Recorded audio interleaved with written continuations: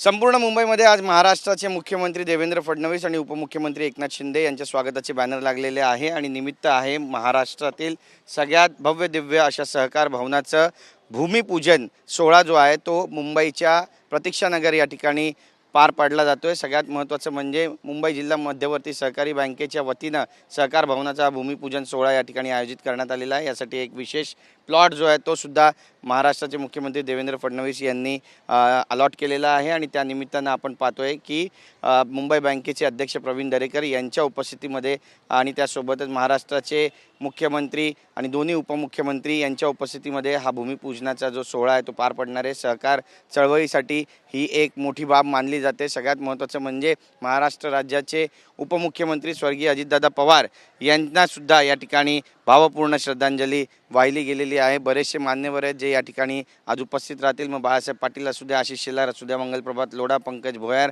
अमित साटम, मुंबईच्या महापौर ऋतू तावडे, विनय कोरे, प्रसाद लाड, सुमित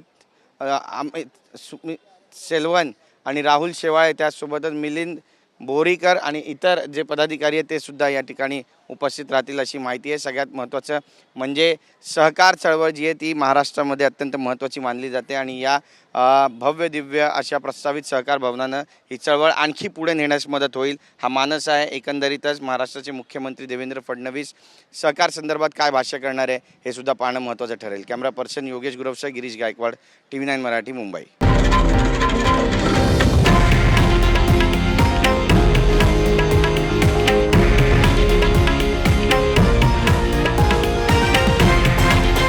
हे आहे देशातील नंबर 1 न्यूज नेटवर्क आणि आपण पाहत आहात TV9 मराठी, एकमेव।